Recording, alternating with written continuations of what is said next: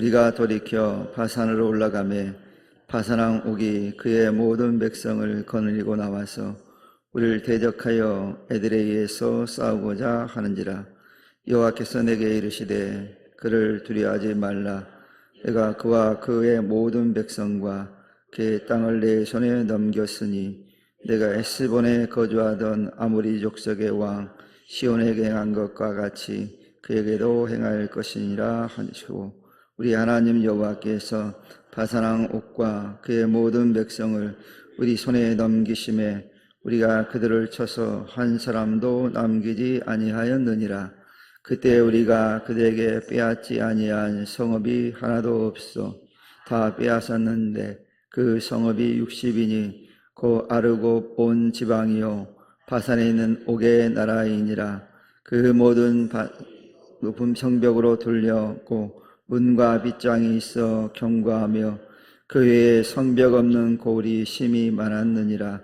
우리가 에스본 왕 시온에게 행한 것과 같이 그 성읍들을 멸망시키되 각 서금의 남녀와 유아를 멸망시켰으나 다만 모든 가축과 그 성읍들에서 탈취한 것은 우리의 소유로 삼았으며, 그때 우리가 요단강 이쪽 땅을 안으로 온 골짜기에서부터 헤르본 산까지 아모리 족속의 두 왕에게서 빼앗았으니 헤르본 산을 신돈 사람은 시련이라 부르고 아모리 족속은 스닐이라 불렀느니라. 우리가 빼앗은 것은 평원의 모든 성읍과 길앗 온 땅과 바산의 온 땅, 고 옥의 나라 바산의 성읍 살르가와 에드레이까지이니라. 느바임 족속의 남은 자는 바산왕 옥뿐이었으며 그의 침상은 철 침상이라. 아직도 암몬 족속의 라빠에 있지 아니하냐. 그것을 사람의 보통 깁스로 재면 그 길이가 9규빗이요 너비가 4규빗이니라. 아멘. 오늘 이 말씀을 가지고 승리의 열쇠는 순종이다 라고 하는 말씀을 가지고 함께 말씀을 나누고자 합니다. 우리가 인생을 살다 보면 수많은 선택이라고 하는 기로에 서게 됩니다. 그런데 이 땅의 사람들은 이 선택의 순간에 대부분 그 선택의 결과가 우리 인생의 성공과 실패를 결정짓는다라고 그들은 믿습니다. 그러나 성경은 우리에게 세상과는 조금 다른 기준을 제시합니다. 그 인생의 성공과 실패, 승리와 패배를 가르는 결정적인 차이는 어떤 개인의 역량이나 환경이 아니라 바로 하나님을 향한 순종에 있다라고 이렇게 성경은 우리에게 말씀해 주고 있습니다. 우리가 이스라엘이라는 나라의 역사를 돌아보면 극명하게 대비되는 두 인물이 있는데 바로 첫 번째 왕 사울과 이스라엘의 두 번째 왕인 다윗입니다. 이들의 삶은 아주 극명하게 대두가 됩니다. 인간적인 조건, 어떤 외형적인 어떤 외적인 조건만 놓고 본다면 둘 중에 누가 더 뛰어나냐, 더 위대하게 보이느냐, 세상적인 기준을 놓고 보면 사울이 다윗보다 훨씬 더 괜찮은 사람처럼 이제 보여집니다. 사울이라고 하는 인물은 키도 크고 풍채가 당당했을 뿐만 아니라 누가 봐도 왕으로서의 위엄을 갖춘 인물이 바로 사울이라고 하는 인물입니다. 반면에 다윗은 어땠습니까? 이세 가정의 막내 아들로 태어나서 양을 치던 그저 평범한 목동에 불과한 사람이었다는 얘기입니다. 우리가 잘 알다시피 이세의 가정에 사무엘이 방문했을 때도 그 아버지가 막내인 다윗은 부르지 않을 정도였으니까 아주 미미한 존재였다는 것을 우리가 알 수 있습니다. 그런데 우리가 이 두 사람 가운데 성경 속에서 그들의 평가가 어떻게 되었는지를 보면 정말 놀랍습니다. 사울이라고 하는 사람은 하나님께 책망을 받고 비참하게 버림을 받습니다. 반면에 다윗은 어떻습니까?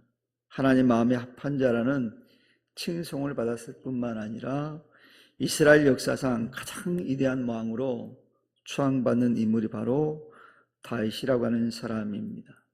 그리고 이 차이가 어디서 과연 왔을까요? 다윗이 그렇다고 한다면 죄가 전혀 없었기 때문일까요? 그렇지 않습니다. 그도 흠도 많았고 죄를 범하기도 했습니다. 똑같이 우리와 같은 사람이었어요. 근데 차이를 살펴보면 매우 단순합니다. 사울이라고 하는 인물은 자신의 판단을 하나님 말씀보다 앞세웠습니다. 그래서 불순종의 길을 그는 걸었어요. 늘 어떤 걸 선택할 때 그는 자신의 판단을 앞세웠어요. 자기 생각대로 결정하고 그 일을 진행한 반면에 다윗은 어떻습니까? 그런 허물에도 불구하고 많은 허물이 있었음에도 불구하고 끝내 하나님의 말씀 앞에 무릎을 꿇는 그런 순종의 길을 걸었던 사람입니다. 그러니 차이가 뭡니까? 불순종과 순종의 차이라는 거죠. 이제 외적인 면에서 볼 때는 사울이 더 훨씬 더 좋은 모습이었지만 영적으로 보면 그렇지 않았다는 거예요. 다윗은 늘 하나님 말씀대로 그 말씀 앞에 무릎을 꿇는 순종이라고 하는 길을 걸었기 때문에 하나님께 그를 마음에 합한 자라고 말씀하셨고 가장 위대한 이스라엘 왕으로 추앙받게 하셨음을 보게 되어집니다. 특히 오늘 우리가 본문을 보면 이스라엘 백성이 이 가나안이라고 하는 젖과 꿀이 흐르는 땅 앞에 그 입성을 앞두고 있는 그 상황에서 겪는 이야기가 기록되어 있습니다. 특별히 바산 왕 옥과의 전쟁을 이제 오늘 말씀에 다루고 있는데 우리 이 사건을 통해서 하나님께서 우리에게 승리의 진정한 비결이 무엇인지 다시 한번 우리 말씀을 통해서 우리에게 교훈하고 가르쳐주고 있습니다. 특히 오늘 이 말씀을 통해 우리는 순종은 승리를 경험하게 하는 통로라는 것을 우리가 깨닫게 되어집니다. 오늘 본문의 배경을 보면 이스라엘은 이미 헤스본 왕 시온과의 전쟁에서 승리를 거둔 상태입니다. 그리고 이제 이어서 바산이라고 하는 거대한 그 벽 앞에 이스라엘 백성들이 서 있는 거예요. 하나님께 이스라엘 백성이 가나안이라고 하는 약속의 땅에 들어가기 전 이제 그들에게서 한 가지 확인하고 싶은 것이 있었습니다. 그것은 바로 뭐냐면 과연 그들이 자신들의 군사력을 의지하고 있는가 아니면 하나님 말씀을 의지하고 순종하는가를 하나님은 확인하고 싶었습니다. 그래서 하나님은 이스라엘 하나님께서 지시한 대로 한 걸음씩 나아가고 있는지를 하나님이 지켜보고 계셨어요. 과연 이들이 하나님 말씀하신 대로 삶을 살아가고 있는가, 하나님 말씀을 지켜가고 있는가, 하나님 그들을 지켜보고 있었다는 얘기예요. 특별히 이스라엘이 이처럼 하나님 지켜보는 것 가운데 이제 하나님 앞선 전쟁에서 헤스본을 정복할 수 있었던 비결이 무엇이었습니까? 그들의 무기가 날카롭기 때문일까요? 아니면 군사력이 좋았기 때문일까요? 아니면 훈련된 군인이 많았기 때문일까요? 전혀 그렇지 않습니다. 그들이 승리의 비결은 뭐냐면 하나님 말씀에 순종했기 때문에 승리할 수 있었다는 거예요. 이처럼 하나님은 순종하는 자와 함께 하실 뿐만 아니라 순종하는 자를 통해서 당신의 능력을 나타내시는 분이 우리 하나님이에요. 불순종하는 자에게 자신의 능력을 나타내신 분이 아니거든요. 순종하는 자에게 보여주시는 거예요. 성경 곳곳에는 이러한 순종의 원리가 잘 나타나고 있습니다. 우리 사사기에서 보면 사사 기드온을 한번 우리가 보면 그러니까 미디안과의 전쟁을 앞두고 있습니다. 근데 미디안 군사력이 얼마나 대단한지 13만 5천 명을 이끌고 딱 온 거예요. 대군이죠, 대군. 근데 하나님께서 이스라엘 군대를 모집해가지고 마지막 기드온에게 허락한 군사의 숫자가 몇 명입니까? 300명이에요. 여러분 13만 5천 명 대 300명이라 여러분, 인간적인 전략으로 보면 이건 자살행위라 같은 거예요. 어떻게 13만 5천 명과 300명이 싸워서 이길 수 있겠습니까? 이건 불가능한 일이에요. 불을 보듯이 뻔해요.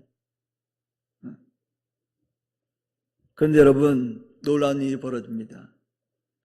기드온은, 그리고 그의 300용사는 하나님 말씀에 순종합니다. 13만 5천 명을 바라본 게 아니라 하나님 말씀을 듣고 그 말씀에 순종한 거예요. 그래서 그 말씀대로 나팔을 불고 항아리를 깨뜨렸을 때 어떤 일이 벌어집니까? 미디안 군대에서 난리가 났어요. 자중질환이 일어난 거죠. 자기들끼리 치고받은 거예요. 결국 300명이 13만 5천 명을 상대로 대승을 거둡니다. 그래서 도망간 사람들이 남았는데 성경에 어떻게 남았냐면 1만 5천 명이 남았다고 그래요. 도망간 사람이 1만 5천 명이래요. 몇 명이 죽었어요? 12만 명이 죽은 거예요. 여러분, 이걸 어떻게 설명하겠습니까? 이처럼 승리는요, 숫자에 있지 않다는 것 우리에게 분명하게 보여주고 있어요. 그 승리는 무게에 있지 않다는 것도 분명하게 보여주고 있어요. 승리는 오직 하나님을 신뢰함으로 내딛는 순종의 발걸음에 있다는 것을 우리에게 교훈해 주지 않습니까? 그게 오늘 우리들과 마찬가지입니다. 우리의 삶도 마찬가지예요. 하나님은 지금도 믿음을 가지고 말씀을 신뢰를 보내며 묵묵히 순종하는 사람들을 통해서 일하시거든요. 이게 믿음의 모습이죠. 인간적으로는 도저히 불가능한 거예요. 어떻게 가능해요? 13만 5천 명과 300명이 싸우는데 이건 불을 보듯 뻔하잖아요. 13만 5천 명이 300만만 에워싸도요, 옴짝달싹 못할 거 아니에요. 그런데 하나님께서 승리케 하시잖아요. 이게 믿음의 결과이고 순종의 결과거든요. 만약 그 300명이 13만 5천 명을 바라보면서 두려운 마음을 가지고 하나님 말씀에 순종하지 않았다면 이런 승리를 맛볼 수 있겠습니까? 전혀 그럴 수 없어요. 바로 믿음이 이거거든요. 교회 공동체가 바로 이런 공동체거든요. 세상과 달라요. 세상의 논리로 설명될 수 없는 게 믿음의 공동체고 믿음의 사람이에요. 그러니 우리 사랑하는 성도님들도 오늘 하나님의 말씀을 신뢰함을 통해서 순종의 발걸음을 내디딜 수 있는 우리 성도들 되기를 축원합니다. 그럼 여러분을 통해서 하나님께 반드시 놀랍게 일하실 겁니다. 이런 은혜가 오늘 이 시간 우리 가운데 충만하게 임할 수 있기를 다시 한번 축원합니다. 우리가 하나님은요, 그리고 약속을 신뢰할 때 승리하게 하시는 분이에요. 여러분, 바산과의 전쟁을 앞둔 이스라엘에게 하나님은 다시 한번 약속하십니다. 2절에 보면 뭐라고 말씀합니까? 그를 내 손에 넘겼으니 헤스본에 거주하는 아모리 족속의 왕 시온에게 행한 것과 같이 그에게도 행할 것이니라, 이렇게 말씀하고 있어요. 하나님이 약속하고 있잖아요. 그를 내 손에 넘겼다고 분명히 하나님이 말씀하고 있어요. 사실 당시 바산 왕 옥은 객관적으로 볼 때 매우 두려운 존재입니다. 오늘 본문 11절에 보면 굳이 이 말씀을 기록해 놓고 있거든요. 바산 왕 옥에 대해서 그 상황을 설명해 놓고 있어요. 그의 침상에 대해서 뭐라고 얘기합니까? 그의 침상이 철심상이래요. 그리고 길이가 9규빗. 9규빗 그러니까 어느 정도 되는 거야? 그러시겠죠? 제가 일러드릴게요. 4m. 즉 침대의 길이가 4m라는 거예요. 그 너비가 1.8m. 규빗으로 말하면 4규빗. 엄청난 크기예요. 그 정도 크기야지 그가 잠을 잘 수 있었다는 얘기잖아요. 여러분, 이 바산왕은 거인 족속의 후예거든요. 그뿐입니까? 그가 다스린 성읍들은 경관 성벽으로 둘러싸여 있었습니다. 그런 이스라엘 백성들이 보기에 이 바산은 넘을 수 없는 거대한 산과 같았을 거예요. 인간적으로는 도저히 정복할 수 없는, 이길 수 없는 그런 곳이거든요. 근데 하나님 뭐라고 말씀합니까? 이미 그들을 내 손에 넘겼다고 말씀하시면서 뭐라고 말씀하냐면 그들을 두려워하지 말라라고 말씀하셨어요. 그들은 두려움의 대상이 아니라는 거죠. 세상의 기준과 객관적인 전력으로는 당연히 이스라엘이 패배할 수밖에 없다는 거예요. 하지만 하나님 말씀하시잖아요. 헤스본에서 승리를 하게 하셨잖아요. 그들과도 싸움을 할 만한, 대적을 할 만한 그런 힘이 이스라엘에게 있지 않았다는 걸 너무 잘 알잖아요. 근데 그걸 상기시키는 거예요. 그러면서 그 승리를 경험하는 이스라엘에게 하나님의 말씀을 통해서 확신을 주고 있어요. 그래서 여러분, 승리의 근거는요, 이스라엘의 용맹함이 아니에요. 그들이 완벽한 군사를 갖췄기 때문에 승리케 하신 게 아니거든요. 분명히 하나님 뭐라고 말씀합니까? 친히 직접 싸워주시겠다고 약속하고 있잖아요. 하나님이 싸워주신대요. 그럼 되잖아요. 내가 싸우면 질 수밖에 없는데 하나님이 싸워주신대잖아요. 하나님이 하신대잖아요. 하나님이 하신다는데 뭐가 안 되겠어요? 하나님이 역사하시기 시작하면 되거든요. 이 약속을 믿을 때 기적이 일어나는 거예요. 여러분, 우리가 살면서 이처럼 이 바산 왕과 같은, 옥과 같은 사람을 수없이 우리가 만나게 됩니다. 그래서 우리를 위협하는 경제적인 위기가 우리 앞에 놓이기도 하잖아요. 질병의 고통이 우리를 가로막을 때가 있어요. 관계의 깨어짐 등이 우리 앞에 거대한 거인처럼 서서 우리를 주눅들게 하는 경우가 있어요. 그럴 때 여러분, 우리가 무엇을 봐야 되겠습니까? 거인의 키를 재고 있어야 될까요? 아니에요. 거인보다 더 크신 하나님을 봐야 돼요. 거인을 크기를 재고 있을 필요가 없어요. 대부분 많은 사람들이 거인의 키를 재고 있어요. 그러니 안 된다는 거죠. 두렵다는 거죠. 그럼 하나님은, 천지전능하신 하나님은, 그보다 크신 하나님은, 그 하나님을 내가 믿고 있는데, 사랑하는 성도들이요, 거인을 보지 마시고 하나님을 보시기를 축원합니다. 여러분, 어린 다윗의 이야기는 너무 우리가 잘 알고 있잖아요. 이스라엘이 블레셋과 전투를 치르게 됩니다. 근데 블레셋은 이 골리앗이라고는 엄청난 장수가 있었어요. 그래서 많은 군인들이 그 앞에 서면 두려워서 쩔쩔매는 거예요. 기가 죽어서 그 싸울 생각을 못하는 거예요. 심지어 오늘 우리가 알다시피 이스라엘의 노련한 장군들도 이 골리앗의 외형 앞에 압도되어서 벌벌 떨고 있었거든요. 심지어 사울 왕도 직접 나서지 못했어요. 왜요? 두려웠거든요. 그 키를 보니까 너무 어마어마하잖아요. 압도당한 거예요. 여러분, 그런데 그곳에 누가 등장합니까? 다윗이 탁 등장합니다. 여러분, 다윗은 골리앗의 청검이 아니라 만군의 여호와를 의지했잖아요. 그는 청검을 의지하지 않았어요. 우리 성경에 보면 사울이 그를 불러서 그의 갑옷을 입혀주었지만, 그의 칼을 주어봤지만 안 맞아요, 다윗에게는. 어린이가 그거 되겠어요? 근데 그에게는 만군의 여호와 이름이 있었어요. 그래서 그가 여러분 골리앗 앞에 섰을 때 자기를 조롱하는 우습게 여기는 골리앗에게 뭐라고 얘기합니까?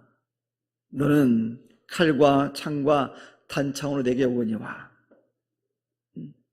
나는 만군의 여호와의 이름 곧 내가 모욕하는 이스라엘 군대 하나님의 이름으로 내게 나아가노라 라고 말씀해요. 나는 칼과 단창은 없지만 나에게는 여호와 하나님이 있다라고 고백하고 있는 거예요. 즉 그 하나님께서 친히 너와 싸우게 하실 것이다 라고 하는 고백이에요. 결과가 어떻게 됐습니까? 여러분 그 모습을 보면서 다윗과 골리앗의 그 장면을 보면서 세상 사람들은 그랬을 거예요. 야, 계란으로 바위치기라고 비유했을지 몰라요. 근데 여러분 놀랍잖아요. 하나님이 함께 하시니까 계란이 바위를 깨트렸어요. 이해가 되십니까? 어떻게 계란으로 바위를 깹니까? 깰 수 없잖아요. 근데 깨졌다니까요. 누가 함께 했기 때문에요? 하나님께서 함께 하셨기 때문에. 하나님이 함께 하실 때는 이런 기적이 일어나. 이걸 믿는 게 믿음이잖아요. 그래서 성경은 믿음은 바라는 것들이 실상에 보지 못하는 것들이 증거라고 그러잖아요. 그게 믿음이에요. 그러니 우리가 진짜 두려워야 할 대상은요, 세상의 권력이나 힘이 아니에요. 우리 앞에 놓인 장벽이 아니에요. 진짜 우리가 두려워야 될 대상은 전능하신 하나님 뿐이에요. 그러니 우리가 하나님 편에 서서 그분의 말씀에 순종하고 있다면 세상 그 어떤 강력한 대적도 우리를 무너뜨릴 수 없어요. 오직 우리에게는 승리만 있을 뿐이에요. 이 같은 순종의 믿음이 우리 성도님들 가운데 있기를 축원합니다. 믿으려면 이왕 그렇게 믿어야죠. 그러니 사랑하는 성도 여러분, 이 시간 여러분 교만을 버리고 순종의 길로 나아가시기를 바랍니다. 교만 그러면 우리가 뭐 특별히 뭔가 밖에서 교만이 아니라 하나님을 신뢰하지 않는 것도 교만이에요. 하나님 말씀하실 때 그 말씀을 믿지 않는 것도 교만이에요. 하나님 말씀보다 자기 생각을 더 우선시하는 게 교만이에요. 우리는 교만과 뭐 대단한 것처럼 생각을 하는데 그렇지 않아요. 믿는다고 말하면서 믿지 못하면 그게 교만이에요.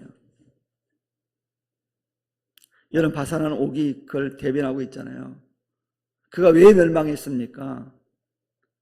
그는 자신의 막강한 체구와 군사력, 견고한 성음을 믿었어요. 그러니 여러분 이스라엘을 우습게 보인 거예요. 왜? 저들은 광야에서 40년 동안 살았던 백성이잖아요. 그런 말을 우습게 보이겠습니까? 군사훈련도 제대로 받지 않았죠? 전쟁 무기도 없죠? 그런 말 우스워요. 결국 그 교만이 그가 패배하는 원인이었어요. 그래서 여러분 하나님 없는 자신감은요 교만이에요. 그래서 그 끝은 뭘까요? 패배예요. 그냥 아무리 세상적으로 뛰어난 능력을 갖추었다 할지라도 하나님께 그 길을 막으시면 그 누구도 뚫을 수 없어요. 하나님 막으시는데 어떻게 뚫어요? 반대로 비록 우리가 가진 것이 없고 연약하고 앞길이 꽉 막혀 있다 할지라도 하나님이 역사하시면 사막에 강이 흐르고 광야의 길이 열리는 기적이 일어난다는 사실이에요. 그걸 이스라엘 백성이 광야 40년에서 보여줬잖아요. 그 사막에서 물이 없을 때 하나님 앞에 원망했을 때 하나님께서 물도 제공해 주시잖아요. 의복, 물, 신발, 먹을 거 다, 심지어 고기까지 다 제공하셨잖아요. 무엇이 그걸 가능하겠어요? 하나님께서 역사하시니. 하나님께서 함께 하시니까 그런 일이 벌어졌어요. 그러니 여러분, 우리 하나님은요, 그래서 순종의 사람의 편이 되어 주시는 거예요. 그래서 순종이 무엇보다 중요한 거예요. 그래서 우리가 말씀대로 살고자 몸부림칠 때요, 하나님은 우리의 모든 환경을 주관하시기 시작하시는 거예요.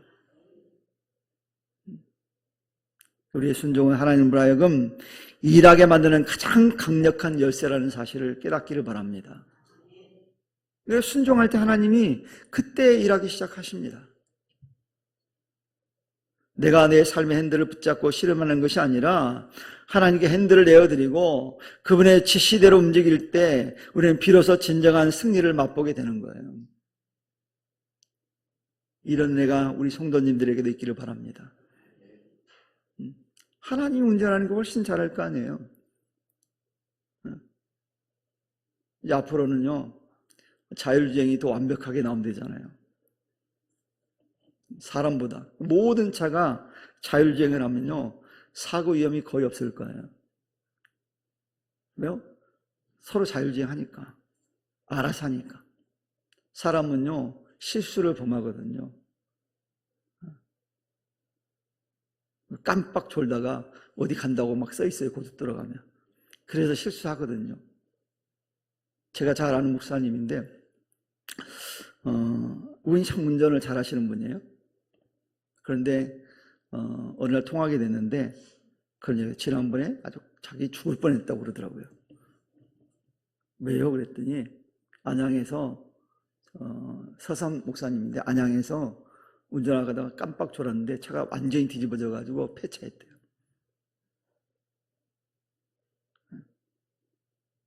바로 그러거든요. 그 차가 나쁜 차가 아니에요. 근데도 그래요. 근데 여러분, 요즘 자율주행도요, 고속도로 달릴 때 자율주행을 딱 눌러놓으면 애가 자기 차선을 쫙하게 지키고 갑니다. 그래서 앞차가 서면 서고 가면 가고 이렇게 아주 정확하게 해요. 물론 에러가 나면 사고가 나지만 우리보다도 정확하게 해요. 제가 뭘 말씀드리고 싶냐면, 이런 것좀 우리가 하나님께 맡기면 하나님께 다 책임져 주시고, 멈춰야 될 때 멈추게 하시고, 가게 할 때 가게 하신다는 거예요. 그러니 승리만 있다라는 거예요. 이런 축복이 우리 이 자리에 있는 우리 성도님들에게 충만하여 있기를 축원합니다. 그러니 사랑하는 성도들, 이제 순종으로 승리를 선포할 수 있는 은혜가 있기를 또한 축원합니다. 여러분, 오늘 본문 속 이스라엘 백성들은요, 바산의 60개 성읍을 정복합니다. 그게 하나님의 약속이었거든요. 그래서 하나님의 약속대로 그들이 발걸음을 내디뎌 순종할 때 그렇게 견고했던 성읍들이 막 무너지는 거예요. 그걸 한번 상상해 보세요. 60개 성읍들이 막 무너져요. 가는 곳마다. 말씀대로 했더니. 막 기쁨을 맛보죠. 승리의 기쁨을 맛보는 거예요. 여러분, 믿음 생활할 때 이런 경험을 하면 자연적으로 믿음 생활이 즐겁게 될 수밖에 없어요. 그래서 여러분, 체험적인 신앙을 중요하게 여기는 이유가 거기에 있어요. 체험해야 돼요, 하나님을.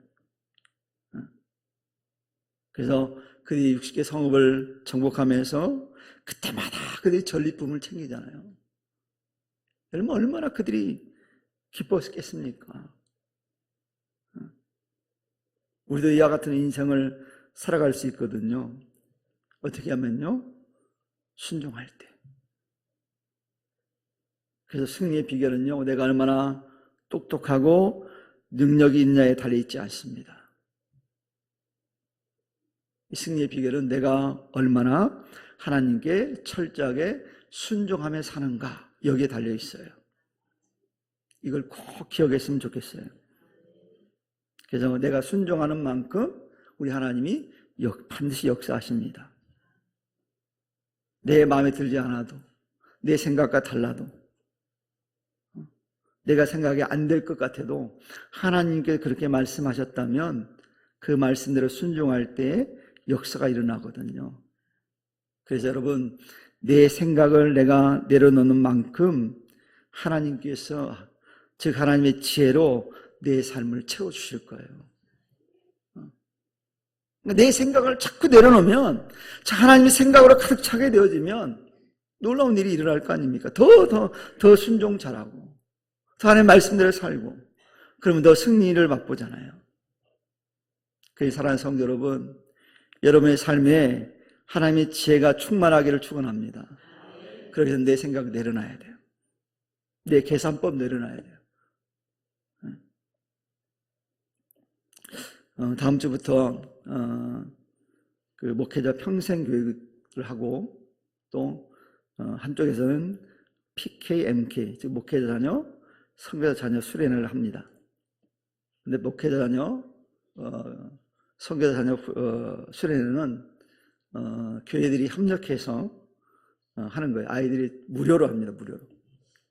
근데 그 아이들이 한 40명 이번에 오는데, 그 아이들을 섬기려면 1,500 정도가 들어가요. 그러니까 이 준비하는 목사님들이, 제가 그 준비하는 그 대표거든요.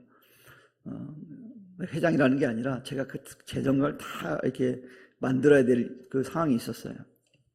목사님들이 막 의견을 내는 거예요. 할 만한 교회가 없다. 그러니까 재정이 안 될 거다. 하지 말자. 경년제로 하자 그래서 경년제로 하기로 했는데 또 하지 말, 때가 되니까 하지 말자고 그러더라고요. 격렬하게 토론해가지고 하기로 결정을 했어요. 그래서 그 총괄하는 그 목사님에게 준비하십시오 라고 통보를 해서 막 이분이 정말 학생들을 위해서 좋은 아이템을 가지고 컨택하고 강좌를 해서 잘 준비해놨어요. 근데 얼마 남기지 않고 다시 회의를 했어요. 이제 목사님들이 막 반대하는 거예요. 또 그때는 한 푼도 모아진 상태가 아니에요. 불과 한 달 전이에요. 제가 그랬어요. 선언했어요. 아니, 목사님들 이렇게 믿음이 없냐고. 하기로 했으면 하자고. 이미 아이들이 지네끼리 다 소문내가지고 하는 걸로 알고 있다. 그래서 했습니다. 비용이 확보가 됐을까 안 됐을까요? 됐으니까 얘기하겠죠. 넘치도록 하나님 부어주셨어요. 생각지도 않았던 분들도 후원하고, 근데 뭐 장로님들도, 다른 교회 장로님도 후원하고, 전혀 기대를 안 했는데 채워주셨어요. 대부분 우리는 그런 위기 앞에서 안 된다고 그러거든요. 하나님은 하라고 하시는데 안 된다고 그래요. 왜 그래요? 내 지혜로 채워져 있기 때문에 그래요. 그런데 이걸 좀 바꿔야 돼요. 내 삶에 내 지혜로 채우면 안 되는 게 많아요. 근데 하나님의 지혜를 채우면 뭐가 많을까요? 되는 게 많아요. 꽃길을 걷는 거예요. 꽃길을 걸으시기를 축원합니다. 하나님 그렇게 하신다고 그랬잖아요. 내가 함께 한다고. 여러분 앞에 서 있는 거대한 바산 왕 옥을 보지 말고 내가 너와 함께 하리라고 약속하신 하나님의 음성을 들으시기를 축원합니다. 하나님 분명히 말씀한, 내가 너와 함께 하겠다고 말씀하잖아요. 그럼 이번 한 주간 삶의 현장에서 하나님 말씀 앞에 자신을 온전히 들으시기를 축원합니다. 그래서 작은 말씀 하나라도 붙들고 순종하며 나가시기를 바랍니다. 그럼 하나님이 놀랍게 여러분의 삶의 문을 여실 거예요. 대적이 물러가고, 그리고 하나님의 위대한 기적이 상식이 되는 복된 역사가 일어나게 될 거예요. 하나님의 기적이 상식이 되는 거예요. 이게 믿음 있는 사람의 모습이잖아요. 하나님의 기적이 그냥 상식이야, 당연히. 그럼 얼마나 우리의 삶이 기쁘겠습니까? 오늘 시간 이 자리에 있는 우리 성도님들의 삶이 이런 삶이 됐으면 좋겠어요. 우리 교회 모든 성도들의 가정이, 여러분의 삶이 이런 삶이 됐으면 좋겠어요. 이런 은혜가 오늘 여러분들에게 충만하게 임할 수 있기를 다시 한번 주님의 이름을 간절히 축원합니다. 기도하겠습니다.